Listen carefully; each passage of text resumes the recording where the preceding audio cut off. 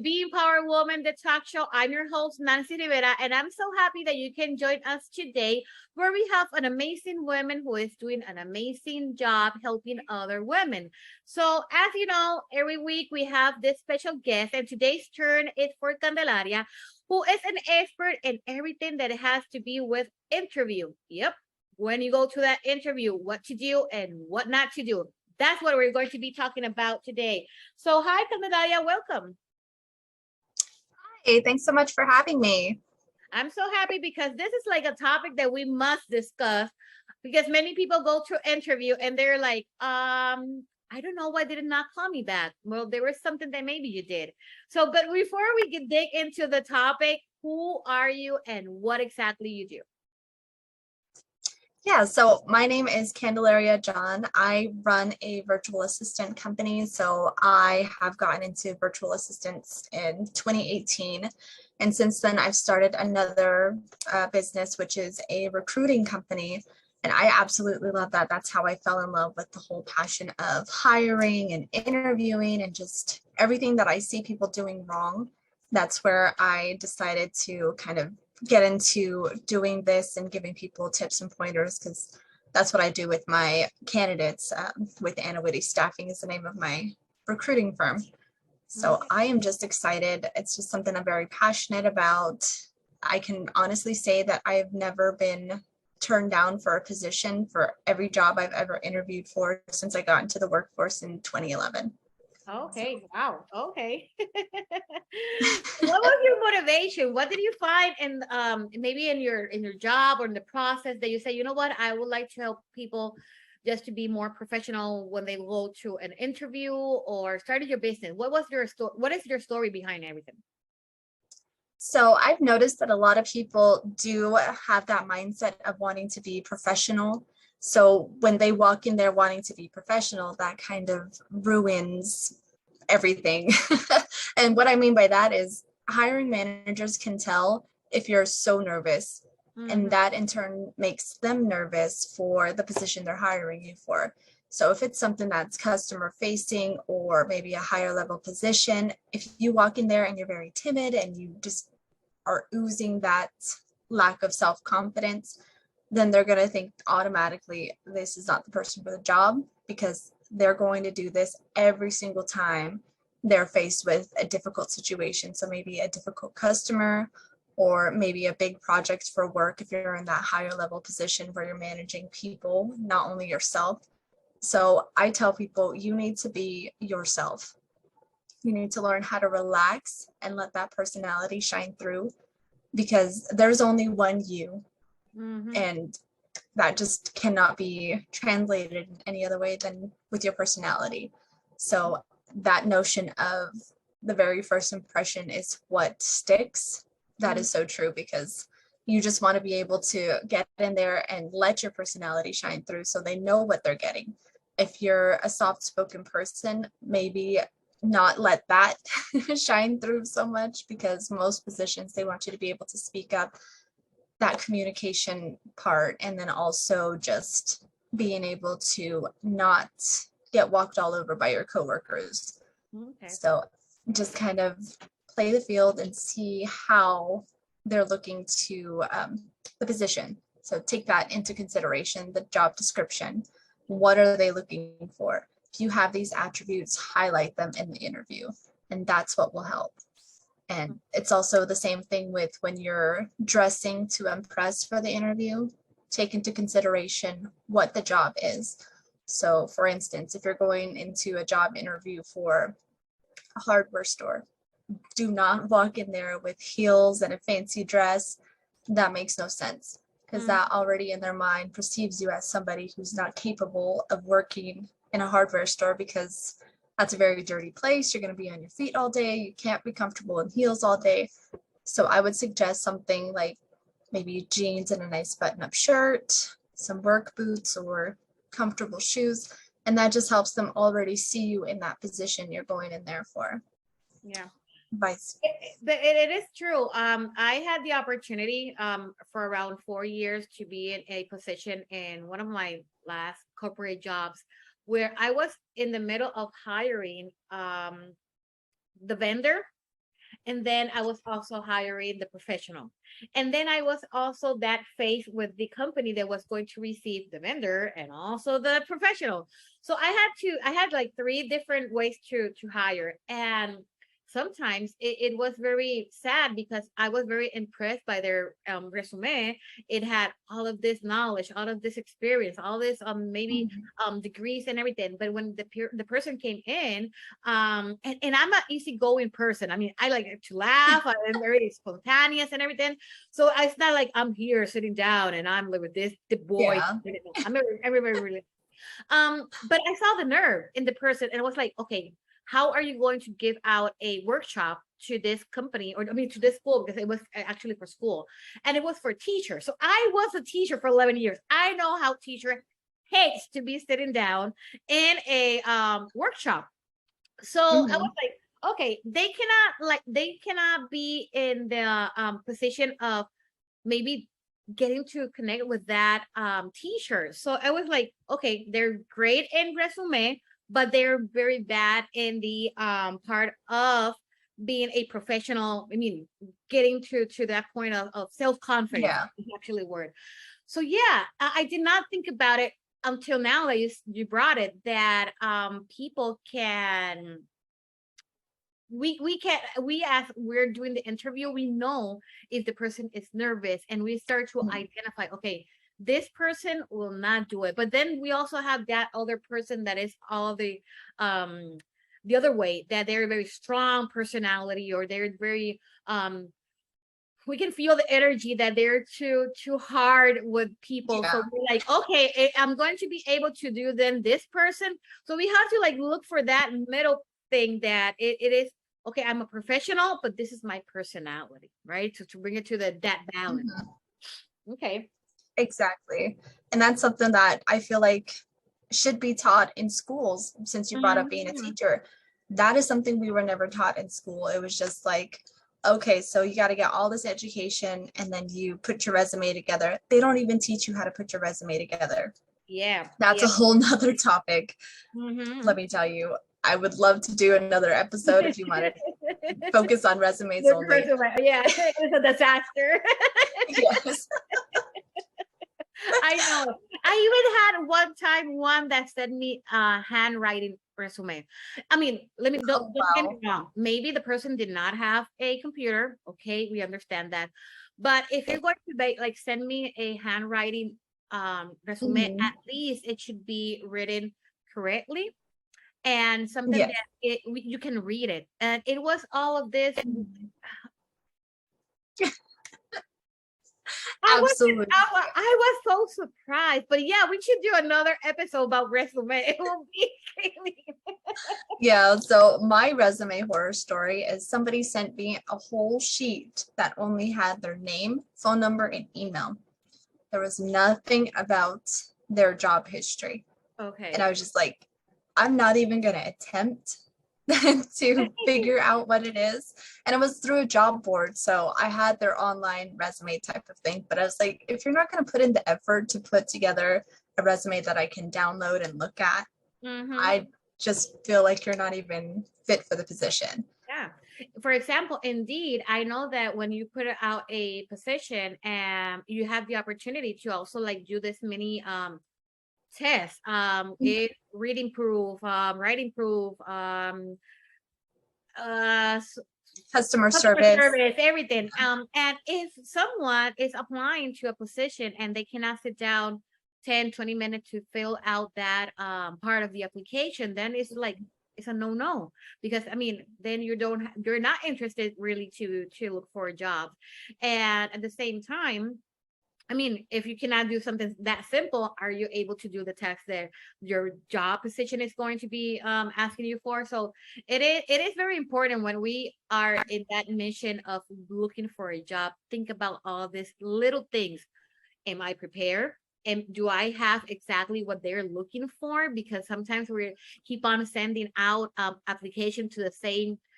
I have a person who, for example, when I was in that position, they had the person who was going to give the workshop to the teachers they had needed it was required by the federal department that they needed to have a master degree. So I'm sorry if Mhm. you have the master degree. I cannot have you in that position. So that person keep on sending me all the time that I was posting the job. They were like sending me Yeah. the same resume. And it came to a point where I had to call the person and say, look, I'm sorry. Yes, maybe you have experience for this or that or that.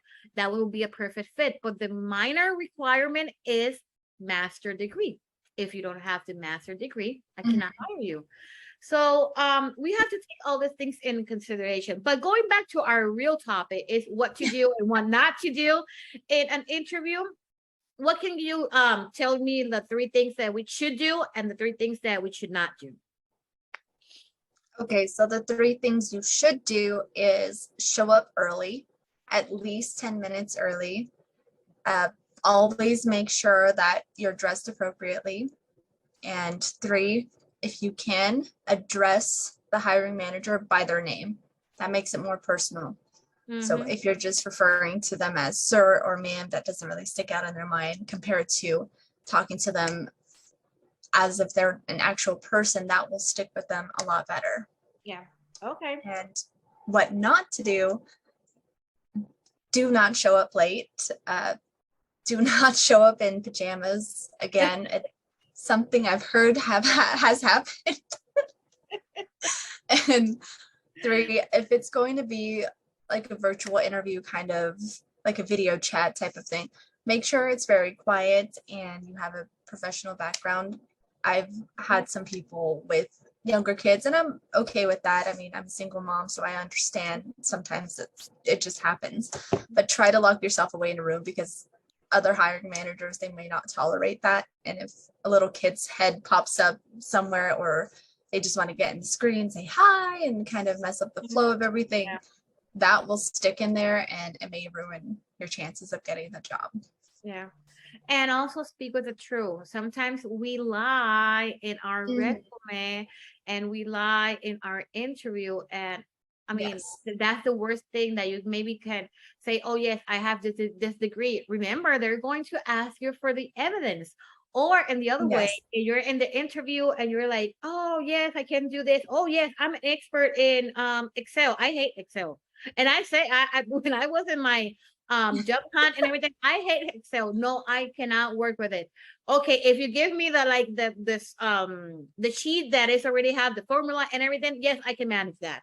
But no, I hate it. So don't say that you actually do or you can work with something if you don't really can do it. Be honest and say, you know what, Mhm. no, I do not know how to manage Excel, but I'm open to learn about it. That's it. You're being honest. Yes. So just be honest in Exactly. your interviews. It always comes through. So even if you somehow lied your way into the job, you got the Mhm. job, there's going to come a point in time where you're going to have to show those skills that you Yeah. lied about. Yes. So again, this brings me back to another story I have with recruiting. I placed this woman who said that she has experience being a project manager in construction. So that was the position I was trying to fill. I got her the position. This was a position in Hawaii. Okay. So he got sent over there. She got put up for a couple of weeks in a hotel by the company. She started the job. When it came down to it, it became very apparent that she did not know what she was doing. So the company had spent so much money on getting her out there because she said she could do all these things. And she went through a rigorous interview process. I don't know how she was able to lie her way into that position, but she Wow. made it through at least 4 steps of interview before Wow. she was hired and flown out there, and then she couldn't do the job. So within a week, that's when the manager was just like, I don't know how she got past you. I don't know how she got past me, but she's not fit for this position. Mhm. She doesn't know anything. It's Mhm. very apparent. We're trying to give her the benefit of the doubt. Maybe it's just jet lag or being in a different place. So they tried for a whole week. Nothing was happening. And they finally just let her go. And I was like, we need to figure out a way to test them to Mhm. make sure that they're not embellishing on their And resumes and in their and that's interview. problem from them, the other people that are actually, maybe they have the degree and not the experience, or they have the experience, not the degree. Anyway, the point is, for people who are lying in their interview or in their resume or their process, is getting even harder for people to actually find job, because they're going through this, Yeah. all of this screen that they have to go, because people have been lying for those position. And I mean, like, if for example, are you going to go to a hospital for an interview, and you're going to say, yes, I'm a doctor, and I mean, Yeah. you don't have you don't have maybe I any hope that doesn't happen. That would be high scary. school. I mean, it's the same thing for any other kind of job. So let's talk about your programs. What kind of programs do you have? What kind of service do you offer? And I'll be right back. You can keep on right there. Just give me 1 second. Okay, perfect. So I have a interview coaching program that I offer. If you're interested in that, you can reach me via email at Aria, ARIA, J, the letter J, and co at gmail.com. So that's what I offer for some very personal clients of mine. And then I also have recently, or am going to be launching my very first episode of my podcast next Monday. So Ooh, if you're nice. looking for a podcast to follow, go follow Hire or Get Hired. And on that podcast, I will talk about working virtually. So something I've noticed that people, they want to get into this field, they just don't know how. And then the people that are successful in this field, they want to charge an arm and a leg to teach you how to be in there. And that's something I noticed when I was first starting out in 2018. I had all these people that were willing to be my mentor, but they wanted to charge me thousands of dollars to learn from them. And being a single mom and trying to make ends meet, I could not do that. Yeah. So I created this podcast with those people in mind.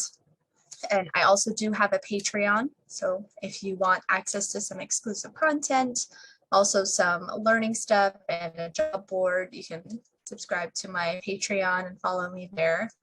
And I also do have a TikTok. So just follow at Hire or Be Hired.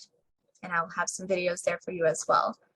So that's just how to get in contact with me. And if you're looking to get into a position, like I said, Anna Whitty Staffing, that's my company. Send me your resume to cjohn@annawhittystaffing.com. Let me know your experience, a little bit more about you, and I can go ahead and add you into my database. And if I find a position that I feel like you would be a great fit for, then I can submit you for that as well. Okay. Is that a limit to some country or state, or you're working like worldwide? So with the virtual positions, I can do that worldwide. For in-person positions, I do only have contracts with the US, but I am working with somebody, trying to get somebody contracted out of Paris. So that might be another area that I could possibly have some positions for soon. Perfect. One last advice that you would like to give to our women? Don't be afraid to be yourself. I feel like we are constantly being pressured to fit all these stereotypes, like being the perfect mom, being the perfect career woman, being the perfect wife, partner, whatever it is. You have to pick one or the other. That's so untrue. You can totally have it all, and nobody can stop you. I mean, don't let anybody dim your light. Don't feel pressured to fit all these roles. You're perfectly imperfect, and that's what the world needs.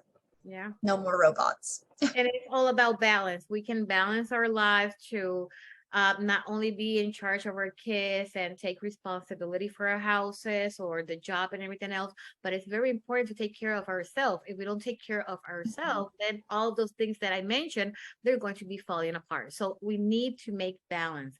And it is not selfish to have that time for yourself and just to recharge your energy so that you can keep on with your business or your job, your kids, school, the house, the husband, the friend, social life. Exactly. It's all about balance. Yes. So I think that's the most important thing. Yes. And like I said, to get to that balance, sometimes you do need to work virtually. And that's what hire or get hired is all about. So I could teach you, if you're looking to build your virtual team, I have information for that, what to look for, what to avoid, vice versa on the other end. If you're looking to get into virtual work, I can teach you that whole process as well. So Yes. definitely looking forward to empowering women all over the world. I love it, and definitely this is going to be a to be continue episode, because I would like to have you again. We gotta talk about those resumes. We also need to talk about actually, yes, let's try to help more women. I think that 2020 actually hit, it was negative, because of the pandemic and everything, but at the same time it helped so many women to understand that yes, they could think about having their business, working from home, taking care of their kids, anything else. So yeah, I think we can do something else, another episode where we can actually help women understand that yes, they can do it, yes, they can hire and have their employees at home and everything else. And I think that's one thing that also you should talk in your podcast is for business owners. Yes. To understand that it is okay to look and move forward in hiring people who are working remotely, because I mean, that is the way that business is right now moving. It's not about having your 9 to 5 employees sitting down in your office and doing work at the computer. It's the same thing that they can be doing in your house and in their house, and they're even going to be more happy because they're in their environment. Exactly. So that is something that I offer as well, just because I do work with a lot of companies that have that fully remote or hybrid positions, and a lot of them still don't know how to navigate it. So I just cover all the bases of all facets of virtual work, because it's still very new to people and they're still struggling with it. So I just want to shed some light on it from a business owner perspective to an employee perspective. I feel like it's just very well rounded. Okay, love it, love it. Well, then, thank you so much for your time. All the links and description, all the links for her and website, email, and everything is going to be in the description of this video. So you can just hit click and go to her page. And of course, follow her in her podcast. Monday? It starts Monday, right? Yes, Monday, August 1st. Yes, you need to start seeing her podcast. Hearing her podcast. So thank you so much. Thank you so much for having me. And all of you, I hope you can join us next week with another amazing woman from one part of the world. Bye. Bye.